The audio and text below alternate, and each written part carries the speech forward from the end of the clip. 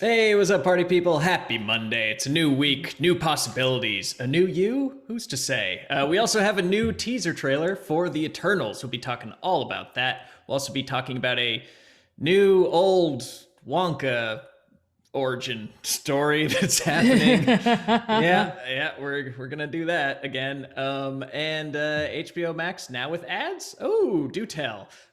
Stick around past that because we're gonna do all the fan questions, including anybody that wants that has any thruple questions about certain directors making out with other people. Put them in the chat and we'll discuss them at the end because they're not in the script. But I have thoughts.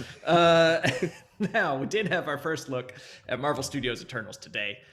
You know all the people in there. There's the King of the North, Salma Hayek, Angelina Jolie, Kumail's in it, Kit Harington, all the Game of Throneses. And isn't there a character named Cersei in the Eternals? It's confusing. There is. Gemma Chan is playing Cersei, yeah. Well, there you go. And it's directed by, you know her, you love her, reigning best director, Chloe Zhao. Let me get you just fast thoughts, fast reactions. You watched it. How'd you feel afterwards? Eric, Danielle, let me know. I liked it. It's very chill, but it's just a teaser, so that's what it's gonna do. But I think it looks gorgeous. It looks absolutely beautiful. We get a little bit of snippets of kind of their life throughout the ages, which was really fun. Plus, looked like maybe some private plane karaoke. Hi, Miss Karaoke. So that was good. Yeah. What song do you think they're doing? Ooh, Bad Out of Hell. I don't know. I mean, it would keep with the Marvel tradition of putting like dad rock inside everything. So it's probably, God, I don't know, the Doobie Brothers taking it to the streets. that would fit with Doctor Strange and Guardians of the Galaxy. Eric, what'd you think about the trailer? First of all, tub thumping. That's what they're singing. What a horrible karaoke choice. Because it's cool. It's like, well, I get knocked down. Super fun part. But then the verse where it's just like, I drink a whiskey drink. Danny boy. Keeping in mind this is a teaser, and this is, again, I always kind of try to keep in mind that most people don't follow all this stuff, are going to go see Cruella and see this teaser and find out a movie called Eternals exists. And on that front, I thought it was intriguing, but they'll definitely need the second one to be a little more like hyped up because it looks beautiful. Like those shots really do look gorgeous and do stand out amongst the MCU. And I'm like, oh, this is interesting, but it wasn't like sort of like a super, not that everything has to be, but like a super sort of either like grabby, like, there was nothing like sort of cool to like sort of pop out at people. So I hope that what this trailer does is get them kind of like, okay, I don't quite get this in Marvel, but I want to know more, which I do. And it makes me curious with how the ad campaign will continue. So right now, intrigued is the word I'll use because I didn't think it was like an amazing teaser, but I thought it was, it did its job as far as making me curious to see more. Okay. Fair enough. Yeah, and I think I'm the most lukewarm of the group here. I think that I loved Nomadland and The Rider, and I'm surprised that this is like less vibrant looking, or maybe the same or less vibrant than her last two movies about the real world. It just seems very like gauze, like there's a thin gauze, and it's kind of like washed out. And you think that they're eternal. I don't know if they're eternal, but they live for a very long time. It looks like they're playing like a really long game of Civilization with humanity, and I respect that and I appreciate that. But it just seems a little bit washed out. And yes, they're doing a lot of vague stuff. And what would pop to me is stuff like, oh, it looks like you get Kumail doing a Bollywood number. Or, oh, Angelina Jolie. Well, that was just so short. I got so little of that. And then Angelina Jolie like fighting, like she's doing like laser spear acrobatics or something like that. But then she's fighting some curtains. Come on, like what are we doing here? I don't think we really saw an antagonist. I mean, maybe we saw glimpses of what's his name? I can't remember. But the fact that this seems like a very kind of ponderous, maybe a Koyaanisqatsi of the MCU film, I think I'm on board with, but I think I wished it was more vibrant, which is a weird thing to say about this, that they hyped up. Oh, they're shooting in the real world, and these are such out there characters. I wish it was like more saturated than Guardians. Like it was more Guardians 2 than dare I say, a BVS or something like that. I guess I feel like because Eternals, very sort of like Jack Kirby looking, and we got with Ragnarok, was kind of Right. one of the most sort of bright MCU movies, and we got kind of Jack Kirby like pop 60s look, and this is definitely it's definitely that sort of desaturated thing, but I did think it was really like lovely, like those desert scapes and like the shots of the ocean. So visually I do think it looks pretty cool and definitely different than a lot of their stuff. But yeah, I agree with you. It's like they're telling you that the Eternals have been around for a long time. The thing I thought was most intriguing was that when they were saying like you keep using that word, intriguing, but they said something about we've been guiding them, so it's like they haven't interfered, but they've still kind of like until now. Which and raises the question, well, why did they set out all these big things, but then by saying they were helping guide humanity, it's like they did play a role. So it's like, okay, they're giving that concept, but yeah, we still don't really know what is the story, like what's going to happen now. But I did like those kind of clips. I am a sucker. I think I'm a sucker for this, but the shots through the ages showing like Richard Madden and Gemma Chan, like, together for like, it seems like centuries and stuff like that I really liked. But I do think, like the next wave of advertising. And again, this movie's only opening in a few months, but there's so much MCU between now and then that I think it's like, there's so many opportunities for them to drop more. I think they'll kind of need to ramp up, but I think they will. Like, who are they facing? What makes them come out of hiding after all this? Are questions that I want to have answered, but I also do think they need to give you more for the ads because you do want to grab people a little more. Because it seems like, go ahead, Danielle. I'm not just gonna say, this definitely was more of like a tone poem. Like, look at these pretty people in these pretty locations doing pretty things, instead of like what the story is. And I do agree with both of you. Like, I am ready to see some story because Eternals is one that I'm not like, I'm a little familiar, but not super familiar. And they always change things around and swap them around anyway. So I'm definitely interested to get more about the story beats, but instead of just these are very pretty people standing around. I mean, we can kind of go from context clues, like, because they had that conversation, and the one thing that felt very Marvel-y was like, maybe I could lead the Avengers now. So that places it post Thanos. Yeah. And I don't know like exactly when that conversation takes place or exactly how they perceive time, but it kind of implies to me that they didn't come out of hiding for Thanos. Maybe afterwards, half of them blink out of existence and like, crap, we should have intervened. Oh, man, I told you. You didn't listen to me about Hitler, but this is what you get. So, this could be, but that does raise the question of like, who are they? I mean, they have their like long ancient enemies, right? Who are just like, evil Eternals. The Deviants. The Deviants, yeah. So I guess they must be back, but I don't think we saw them unless we did and I just didn't recognize it. So here's the thing about Eternals, having read Marvel comics my whole life, I've never thought they were that interesting in the comics. Like they were kind of, they never grabbed me. I read a couple of their miniseries. Even Neil Gaiman wrote one and it was okay, but it wasn't like, oh, this is as great as Sandman. But if they want to go there, the big thing, and it was funny you mentioned that scene at the end, which seems to be there to make sure people understand this is the MCU. Like they can mention Iron Man and Steve Rogers. But in the comics, there are the Eternals of Earth, and then there are the Eternals of Titan. Titan has in the planet Thanos is from, and Thanos is an Eternal from another planet in the comics. And I do wonder, will they do that? Will they be we never interfered until one of our own, destroyed half the universe. And if they want to make that connection, they could, because it's there in the comics. So I wonder if that will be the we never interfered until that asshole, kind of screwed everything up. Awesome. All right. I'm seeing in the chat, Slavaton Rock writes, that montage had the Fountain vibe. And if they can make a film that's like Marvel's version of The Fountain, that's great. Now, I know this movie also has its defenders, but it could also be like Marvel's version of, Tom Cruise or Tom Hanks and in Asian Cloud Face. Atlas? Cloud Atlas, thank you. It could also go the Cloud Atlas direction. And I know people like that movie. I couldn't get through it. So yes, high risk, high reward for Marvel. I love it. You love to see it. But we will keep you posted as we get more of more teases and leaks and trailers down the line. But for now, thank you guys for watching. Please subscribe. Please like, because we're here most days. You never know, but then hit the bell, and you'll never miss another one. There's other news in this town of ours. Castings galore. Now here's one I know we've all been waiting for with bated breath. Finally, we have young Wonka, which is also my rap name.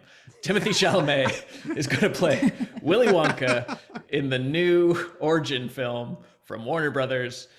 Sources say it will include multiple musical numbers. The director of Paddington and Paddington 2 will be directing a living, breathing actor this time, but just as cuddly, Timothée Chalamet. What do you guys think about? Oh, my wife's in the window. Hello, hi. Yeah. What do you guys think about Timmy Wonka? I wasn't super psyched for this until I saw the Paddington and Paddington 2, the Paul King. I'm learning now to be a little more, ever since the Saved by the Bell thing where I was on here and I was like, oh, it's going to suck. And who was that for? And then I watched it and I loved it. Now good. I'm trying to be a little bit more patient with going in and being like, oh, who's that for? That sucks. And so with Paul King being attached to it, I love the Paddington movies. So yeah, we'll see on that one. But I'm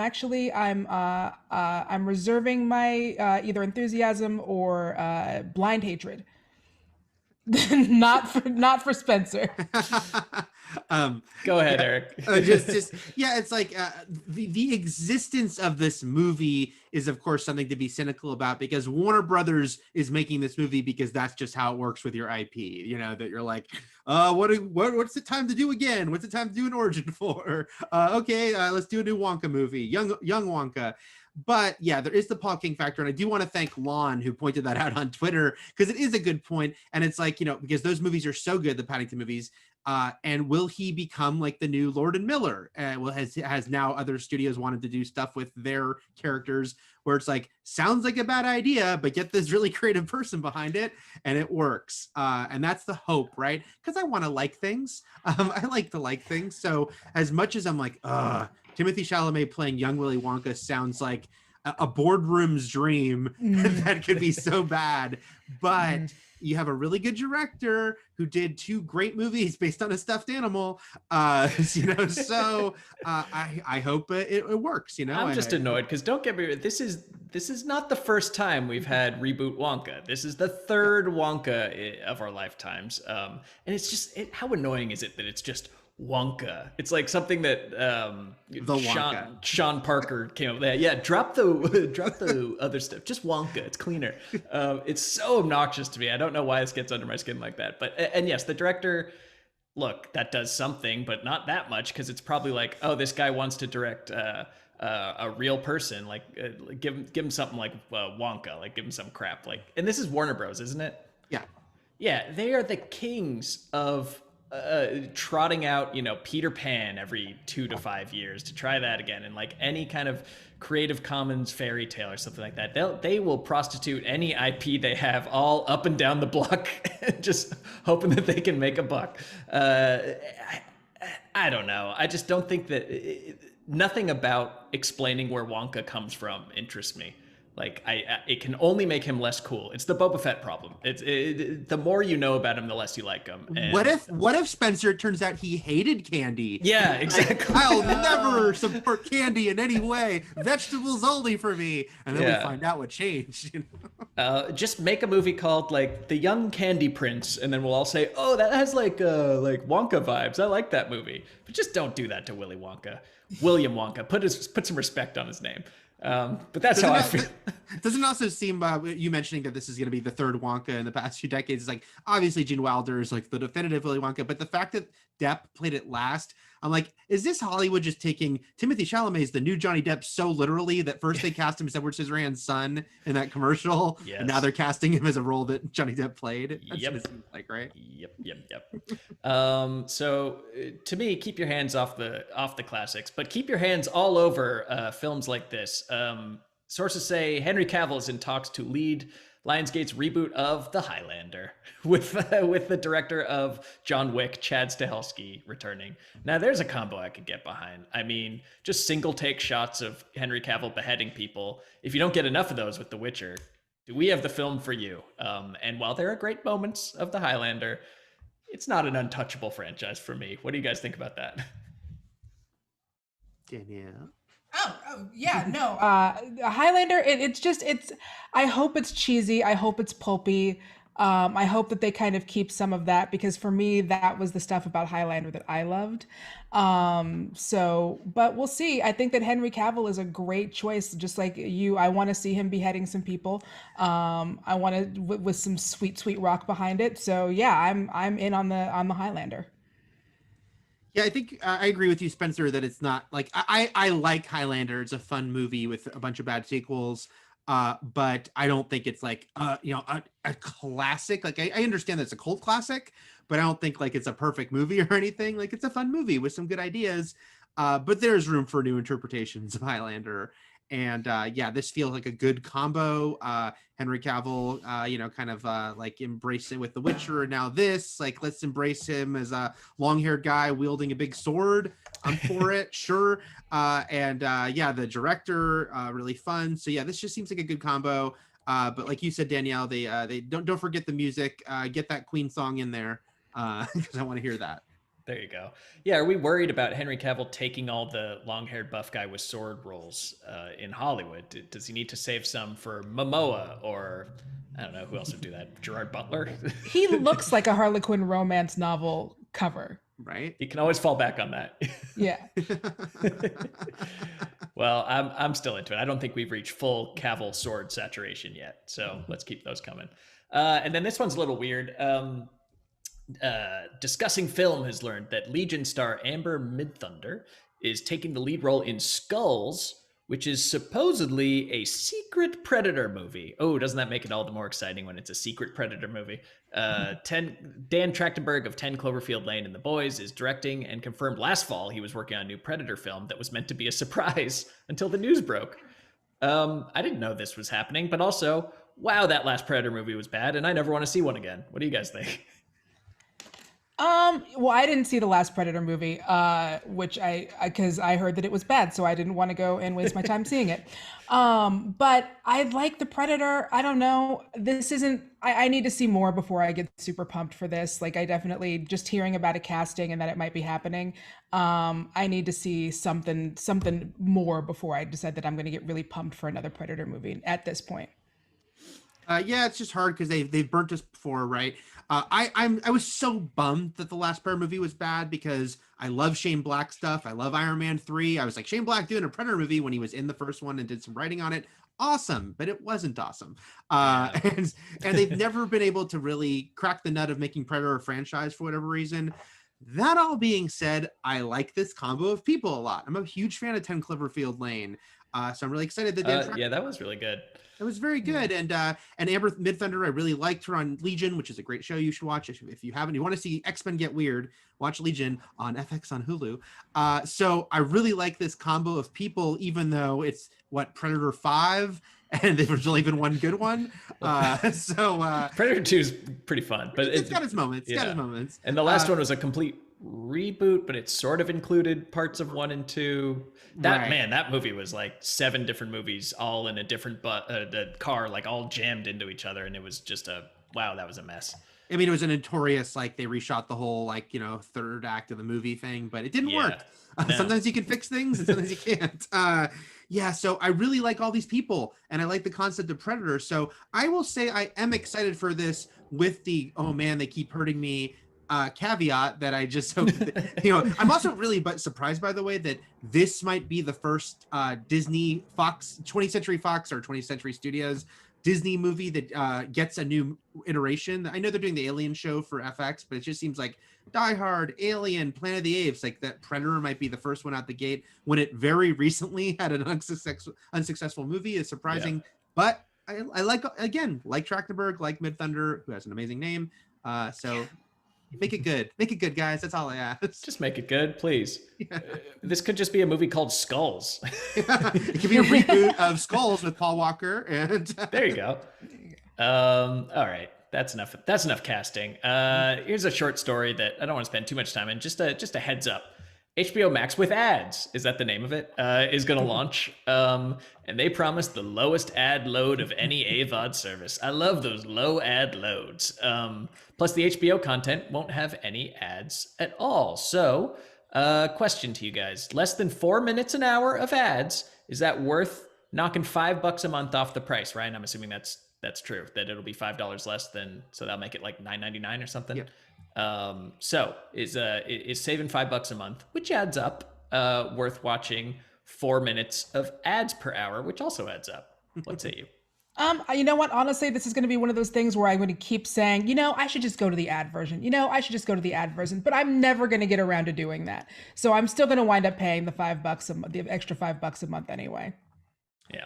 I think it's a good deal. Like, I think that's promising that low amount of ads and promising it won't be on the HBO shows where it would have to be put in, which are not made with ad breaks in mind. That's really nice to hear. Someone asked a good question on Twitter, though, which is simply, can you promise it won't have the damn repeating ads? Because that's the biggest problem on a lot of these streamers. Yeah, get more than one ad. I try to watch some stuff on CW's app to catch up on something, and it's like just the same ad. And I'm not as like ad averse as some people I know these days, but I will go crazy if you keep showing me the same freaking commercial over and over again. So that's a Hulu problem too, for sure. Yeah. So if they can mix up the ads and it's only 4 minutes an hour, I think it's a good deal. Because that $15 is a lot to ask, and I know they priced it that because that's what regular HBO was, and they felt they couldn't lower that. But I think this is a pretty good in for people as HBO Max tries to broaden their horizons to be like, we're under $10 by a penny, and it won't drive you crazy with ads. Yeah, I think it's great for people who want to come in. I think that's a really great point, Eric, for folks who want to come in who didn't have it before, and the 15 felt like it was too much. That's a good selling point. Well, yeah, but it's really the 7th time through the Drake from State Farm 30-second spot that you really notice the subtleties and the different little tricks he's using that make that thing sing. All right, fair enough. I would switch, but we got big dad fandom paying for everything over here. So I have a question. If there's no ads on the HBO show, does that mean they're still going to do the 90-second teaser for whatever big HBO show is at? Because there's at the beginning, ads on HBO shows. It's the 90-second ad for whatever the big show is, and then there's the game. Maybe they stopped that after Game of Thrones ruined it, but the 5-minute interview after the episode, explaining the episode you just watched. Because when I'm watching like a Barry, a 30-minute show, like I want to cut those ads out. So I don't know if that counts as an ad or not, but I still think I don't think so. And they're dealing to themselves like that doesn't count as an ad. I mean, and HBO is the only network where like, oh, a new HBO show, I will stop and ponder and see what this is instead of smashing the skip button as fast as possible. All right, now we get on to the chat. Panthor kicks it off. If you could be a superhero / villain, what powers would you have and what would your name be? Oh, I'm sure we all thought about that, 25 years ago. What do you guys think? What's your superhero name / abilities? Okay, so this is me opening up and trusting our audience to catch me. When I was younger, I used to trace and make little comic books inside my composition books. So I had one that was a total Mary Sue that was based on me, and it was a mutant whose mutant power was the ability to have every mutant power. And her name was Masquerade, and she had pink eyes and long hair. Oh, it's lovely. Oh, Masquerade. Yes, that's the best. Worst. Eric, you have an alter ego? Well, okay, so the power I usually go with like teleportation, just because it's like just go crazy getting places. So I just think it'd be very practical. Let's say super villain, because this is the part that really threw me here is what would be the name, because I have not thought about that much. So I'll just steal a name. I'll also steal a name from my childhood, from my own story, Danielle, because I used to write a lot of like horror stories where I'd take like all the horror characters you see over my shoulder. They'd all meet. I'd write like Freddy and Jason and Michael Myers and Norman Bates. They all meet. But then I had a new character named the Terror. So I'll go with the Terror, and he could teleport and be terrifying. So there you go. That's pretty sweet. I had more of my comics pantheon was more of self-created characters were more like adventurers. I had one named Smokey 007, and that was one more zero than James Bond had. And he had sweet sunglasses, and he was completely bald, and he had a cigar that could like shoot all kinds of stuff and like had all kinds of gadgets in it. So I'll go with that. that'd be what I created for myself. God, I gotta dig that up. I wonder what was going on there. All right, now on to the real questions. Mac Attack 423. What director / actor / singer would make the best throuple? Ooh, Bobcat Goldthwait for director. Yeah. Singer Bjork, Okay, obviously. sure. And actor or actress, I'm gonna go with I'll stick with Tessa Thompson. Those will be my three. Yes, your third pick has to also be Tessa Thompson. And Eric, what do you got? Okay, so let's assume this is a world where none of these people we're mentioning have a significant other. We don't want to break up any relationships. This is just no. Yeah. But David This is in a Lynch, vacuum, in a neutral medium. right? A neutral medium. Let's just go with David Lynch. Man, are we really including Tessa Thompson in there? Because I'll say David Lynch, Tessa Thompson, and Gwen Stefani. There you go. Ooh, I like that. All right, so Tessa Thompson.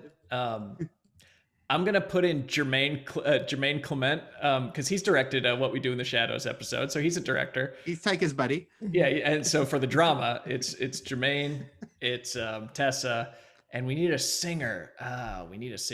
Camilla Cabello, who I'm told is a thing. So there you go. That's all of our thruples. If you don't know what we're referencing, just Google Taika Waititi thruple and just applaud. Be impressed with everyone involved. Good for them. Everyone's living their best life. They look so happy. Yeah. Rita Ora is interesting now. Who knew? Yeah. We're all making up for lost time in quarantine, huh? Good for them. So let's see. Slavaton Rock again asks, which movie has the best ensemble? Just name-wise, not necessarily from the quality of the movie, just like names. What do you think? Like an Ocean's 11 or something like that? Like just the most obscene star power gathered together in one film. Oh, Knives Out. Knives Out, He's that's got good. some pretty... That's good. I mean, Mars Attacks, because that opening credits, every time I watch it, it's like, oh yeah. God, that probably means like Anchorman 2 is probably it, because they just keep throwing cameos at you. Until I think like my best comedy cast, I think, is Little Shop of Horrors with Rick Moranis, Steve Martin, Jim Belushi, John Candy, Christopher Guest, Bill Murray, like, and on and on and on.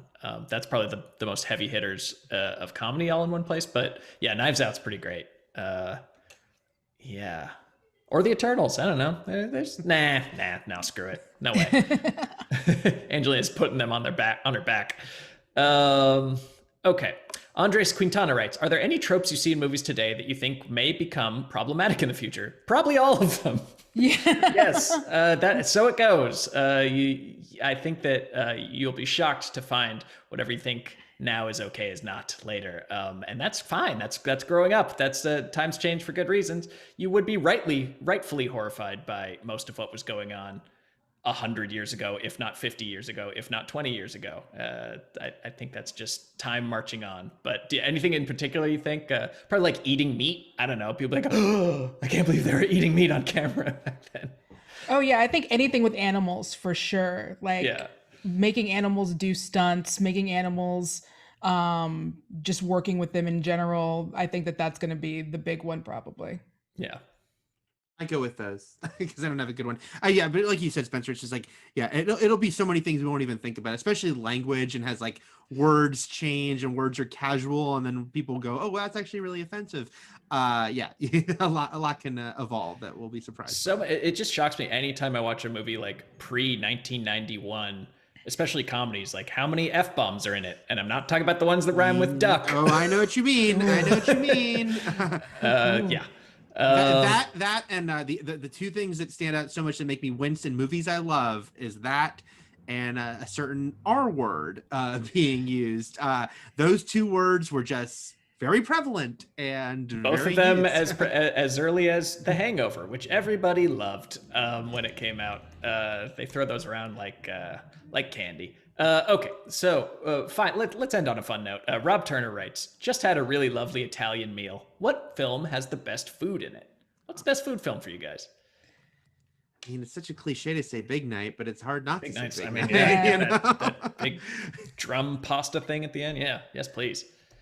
I'm gonna go. My hipster pick is a film that I've recommended before on here called Tampopo, It's in the Criterion Collection, and it is a series of Japanese interconnecting shorts about food, and it's very sensual. But it is also very delicious. Like it's kind of like Monty Python, the Holy Grail, because there's like sort of a through line of like a trucker stops at this lady's ramen shop and the ramen's really bad. And he's like a wandering samurai who teaches people how to make good ramen. So there's a lot of ramen stuff if you're into that. But also it keeps doing these cutaways to just like sketches that they thought were funny or sexy or whatever about food. So if you like Japanese food at all, Tempopo, I think, is the one for you pre-lunch, because you're going to want to eat afterwards. I think Chef, is that? Oh, yeah. Oh, yeah. Yeah. So speaking of sensual, you get, Scarlett Johansson sensually eating pasta oli oli. I think that's how you pronounce it. I totally isn't. So yeah, I think Chef would be mine. Yeah, Chef's great. And good for Jon Favreau for casting Scarlett Johansson and what's her name from Modern Family? Sofia Vergara. Vergara as his love interest. Yeah. There's a throuple for you. All right. That's our throuple. That's our time today. Thank you guys so much for watching. We will be back tomorrow and then the next day. And then after that, who's to say? But we really appreciate it. We'll see you next time. Bye-bye.